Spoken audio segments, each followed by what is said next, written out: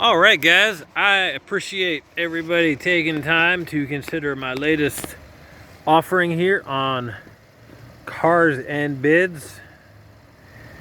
This, I just sounded like Doug, didn't I? It was not intentional. So this is a 2011 550i manual. Man, how cool is that, right? Don't see many of these. When's the last time you saw one? I couldn't tell you. Last time I saw one, probably never. So before I bought this car, right, I talked about this in my driving video. It was a CarMax trade-in. And if y'all know anything about these big CarMax, Carvana type retailers, they are not going to sell a 2011 BMW with close to 90,000 miles on it. It's just not worth their time, to be quite honest. So it went through their wholesale platform, which is where I picked it up. Before I bought it, I did speak to the shop that serviced it. I did confirm it was a one owner. It's always been in Atlanta. The same guy owned it. He took it to the same shop. He did everything it ever needed. Just a very well cared for vehicle. And he did, like I talked about this in the driving video. I mean, he had the shift knob replaced. He had the cup holder replaced. Just those like little weird things that when cars get older, folks, they don't really, you know, it's just not really something that people worry about on older cars. But he did. And I felt really good about buying it, and it's super cool. We did an oil change to it, and I replaced the some of the buttons on the climate display. The fan buttons were getting a little worn as per normal, and the heated seat button was a little warm. I did talk to him briefly, the previous owner. I didn't want to, you know, I'm always really careful when I get a hold of these guys, because one reason that they sell their car to Carvana or Cars and Bids or trade it in or whatever the case may be is kind of because they don't want to be bothered. So I don't want to bother them. He was a single guy. I mean, he said he could count on one hand the amount of times somebody sat in the passenger seat and the back seat. But we're gonna go around the car, right? It's not perfect. I'm not representing it as perfect.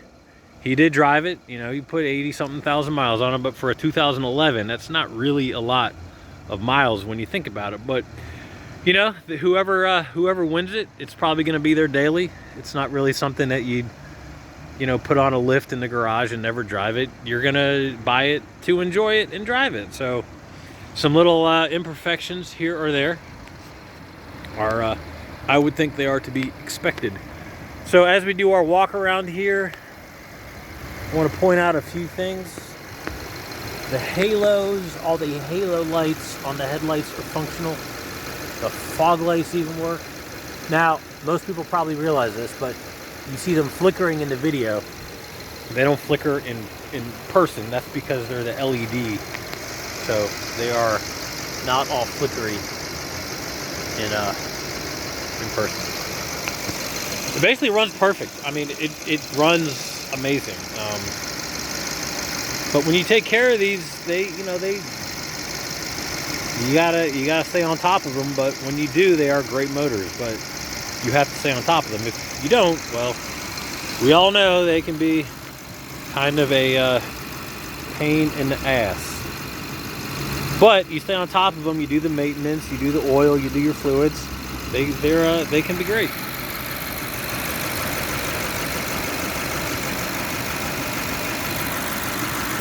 Okay, so I'm going to try to point out, I mean, there are, you know, we have some rock chips on the hood.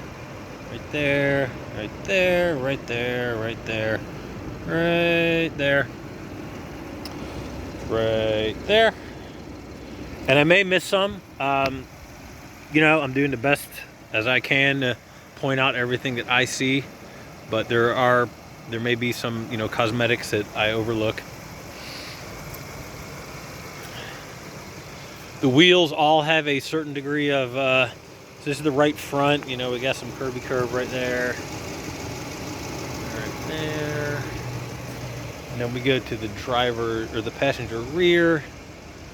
There's a little Nico right there.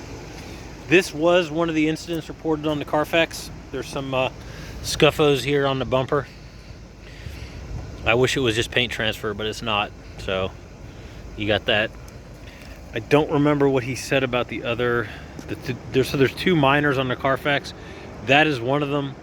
I really don't remember what he said about the other one. I'd have to look back at the Carfax to even see where it occurred. That could be it. Maybe he said that was it.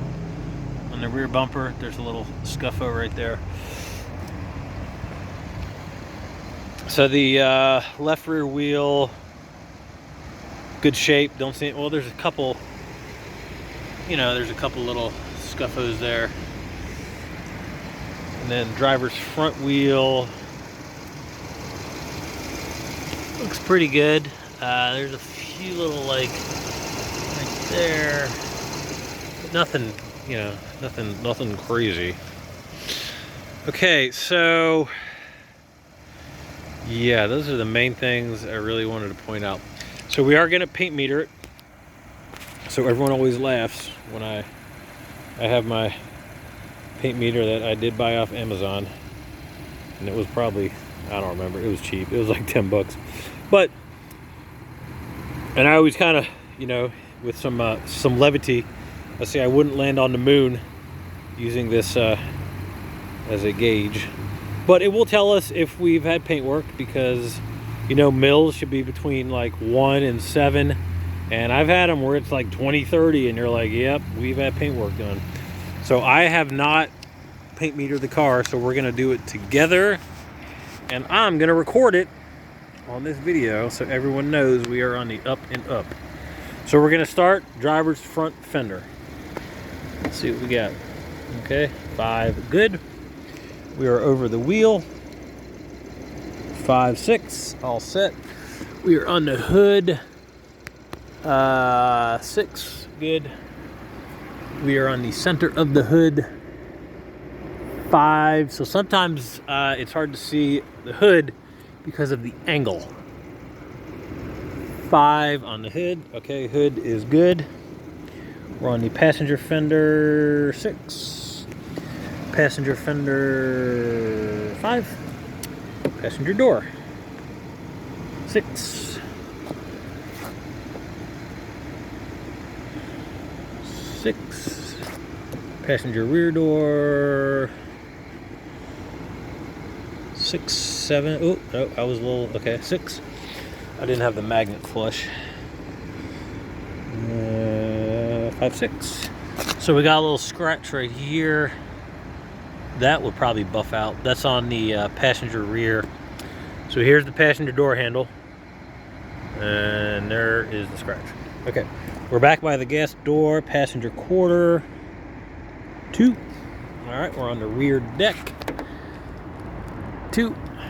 Rear deck. 2. All right, everything's looking good. Driver's quarter.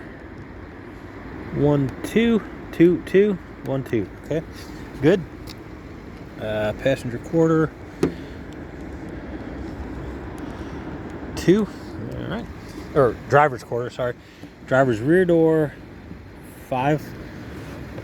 Driver's rear door. 6. Driver's front door. 5. And driver's front door, front of the front door. 6. All right. Paint meters. Check, check. No paint work. Excellent, as I suspected. I've seen enough cars. I can tell when they've had paint work. All right, so we are going to go through the interior, and I am going to demonstrate best I can that everything works, because it does. First thing we're going to do is pop the trunk. I love these old trunk pops. This thing is awesome. Ready for this? Man, look at that. That's how you open a trunk. I love it. So this is before the days of, well, not before the days, but this has manual trunk close, so you really got it. I mean, the springs in there are, you got to close that trunk. Okie dokie. So on the passenger side, we're going to demonstrate. So this has the, the I'm not sure, that maybe the comfort seat. I'm not really sure if that's the correct name, but like it kind of bends in half. So all the seat electronics work. You see the top going back, and then the headrest, power. And it's, it's important to show this because they don't really have a lot of problems, but I'd imagine, the older ones do, where they twist.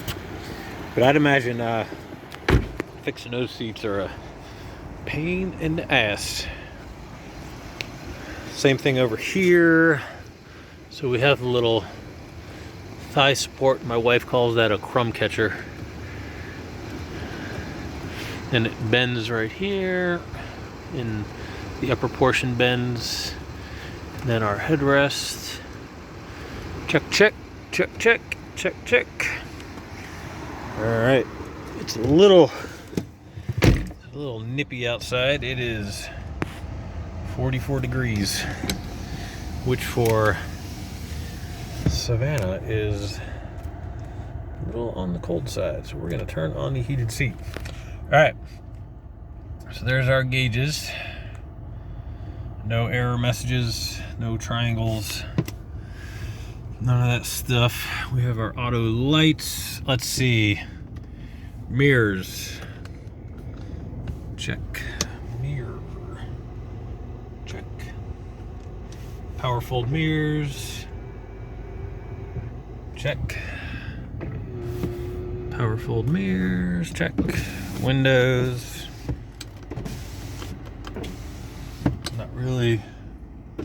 Don't really think these cars are known for having window problems, but I guess we might as well just go through the steps. Cruise control. There you go, cruise control ready. And turn it off. So I don't know if you can kind of see the heads up. So there we're going 0 miles an hour. So you can turn it off there, right? Off, on. Okay, good. Fog light switch, headlights, dimmer. So we'll turn that up while we're at it. All right. So we're gonna do our locks. Locks, check. Locks, check. And then can we see that one? This is an awkward motion. Locks, check. Okay.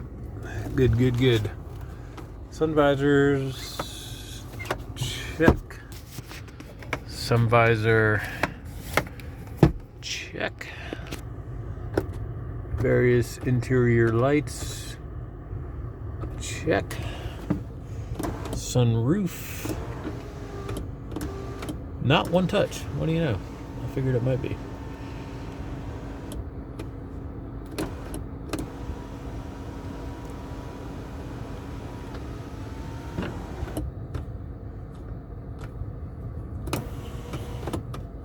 How do you put it in vent mode?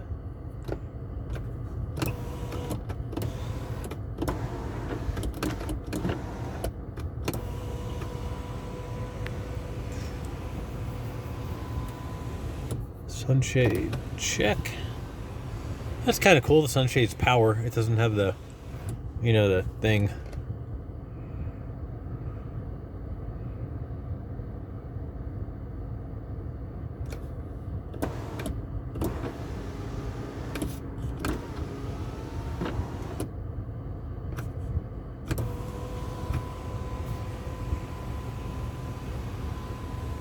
All right, good there. All right, so, power steering wheel adjustment, up, down, in, out. Okay. Of course, turn signals, onboard computer. Kind of change our information there. I kind of see it jumping around. All right, let's see what else we got. Wipers. Always check the wipers. I feel like guys forget that all the time. Then if you want to do the auto, you press that in and that light comes on. So now we have the rain sensing wipers engaged. Okie doke. iDrive, good to go. Yeah.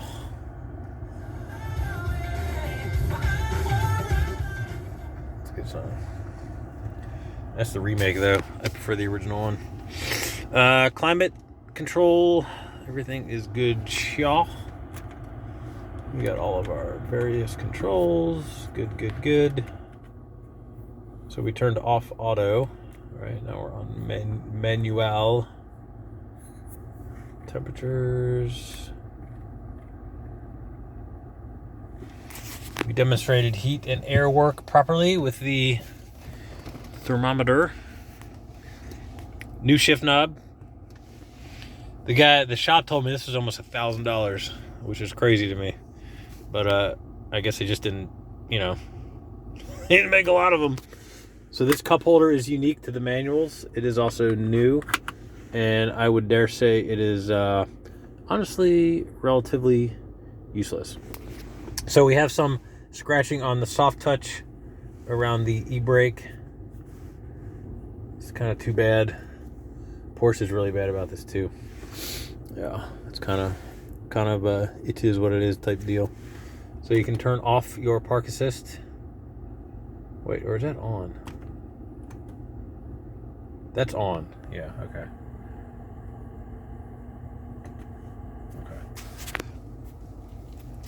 There's a little bit, a few little scratches there. You could turn off traction if you felt the need. Active, normal. Yeah. Normal is good. And then these guys open up. Everything is good there. That's all our keys. We got 2 keys for it.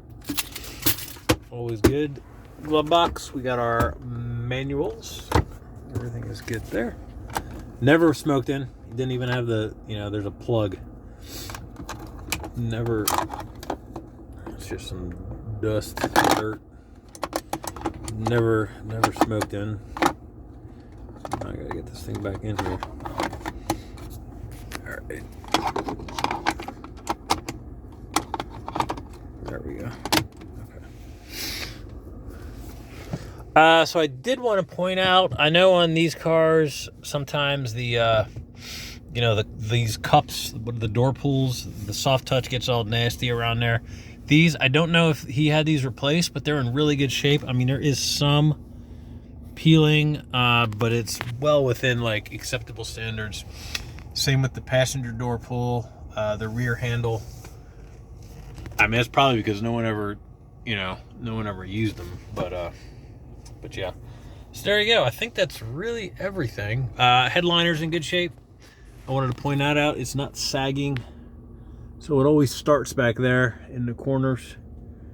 And then it starts in the corners, and then it starts up here. And it starts up here. And it just gets worse. And it just gets worse and worse and worse. All right, guys. I guess that's really it. So I need to drive over to my office. And I'm about to sneeze, so you might have to excuse me. Man. Oh, excuse me. Sometimes guys like to see gauges while I'm driving. I don't really know why, but I've been asked to do that before, and I think it's I don't really consider it to be the safest thing to do, but we can do it a little bit here when we're not on the main roads there. I do it on cars with adaptive cruise, even though, again, that's just telling us, put your seatbelt on, stupid. So let's do that. Okay.